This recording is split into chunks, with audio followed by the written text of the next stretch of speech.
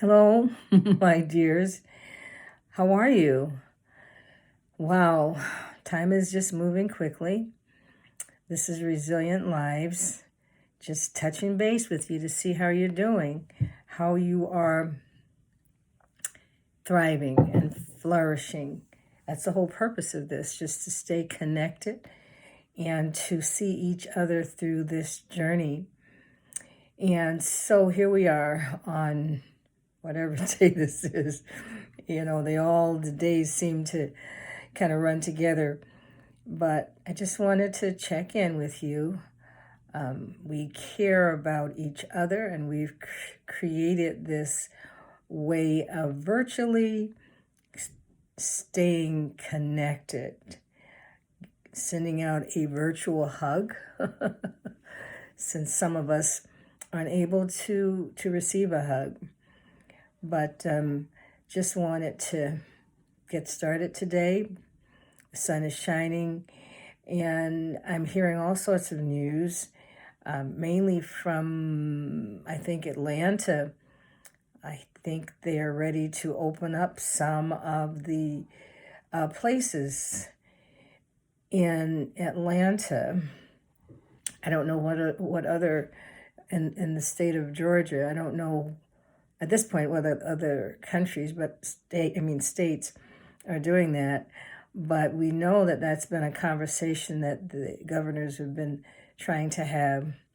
And so we talked a little bit yesterday about emergence. We were using I would say the butterfly model, because we've been cocooning. We've been in this waiting process. We've all been nestled in, sheltered in, unable to really go to our normal places because they've been closed. Our workplaces are closed. The arboretum, museums. There's just not too many places that we can go to. Our restaurants, if you're one of those who frequently like to have a little dinner out, I have cooked and cooked and cooked. I just don't know what to do with myself. It's like, oh, it's time to eat again. But we have been in this waiting process. And if we were to use the butterfly example, we have been cocooning. And while in the cocooning state, that's become a comfortable state. That's become a safe place. We know the routine. We know what helps and what doesn't help. We've learned how to deal with the me that I am today, because the me that I am today is probably not the same me that I was pre-pandemic. But it's been a transformative period. I've heard from some people, and they seem to like the me that they are now. When we talked about what would you keep was one of our topics, and a lot of people texted me and said they would like to keep the pace. They're enjoying a slower pace, and they got accustomed to dealing with themselves and not running out to do something else. So that's been one of the things. But now that states are starting to reopen, that poses a challenge. And the challenge is, first, how are we going to go back into this system, and are we ready to go? I think I mentioned the last time that I had an appointment, and I just said, well, no, I'm not ready to go. I don't know how that long that I'm not ready to go is going to last, but I wasn't ready to go yesterday or day before yesterday, and I might not be ready to go today. But I was reading the Harvard Business Review, And there's an article in this month's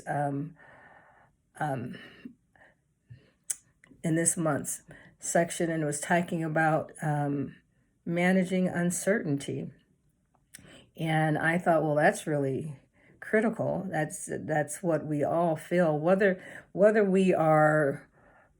the uncertainty is whether to go back to the workplace or back into relationships or back to the restaurants,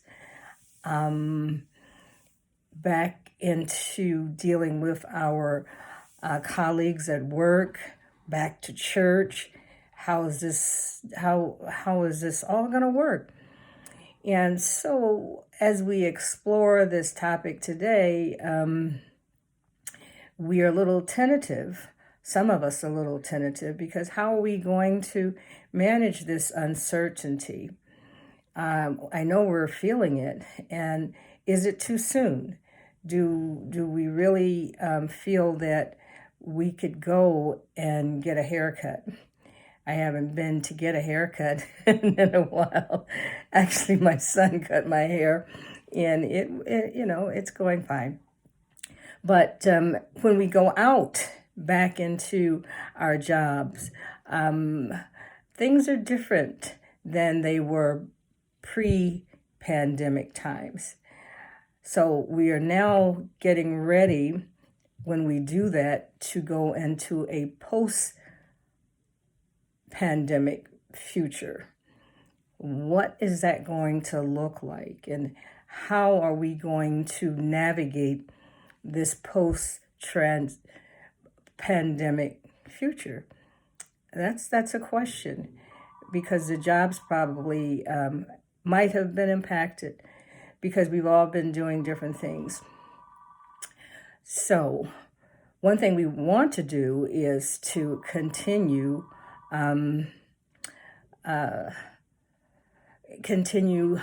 staying together, staying fully charged, staying awoke. We talked about staying woke, but when I say staying woke, I mean staying diligent, observing the protocols when we go back, not to fall into habits that we had, because we didn't come this far to fall off the wagon and get sick.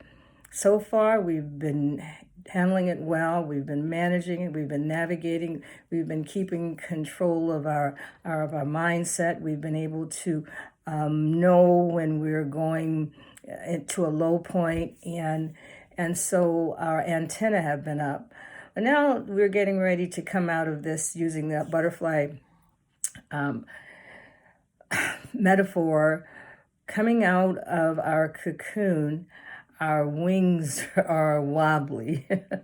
So understand that our wings are wobbly. That means we're fragile, we're vulnerable, and we need to ensure that we are fully charged before we go out into the world. So I want you to think about that. We have our vital friends. I want you to go slow.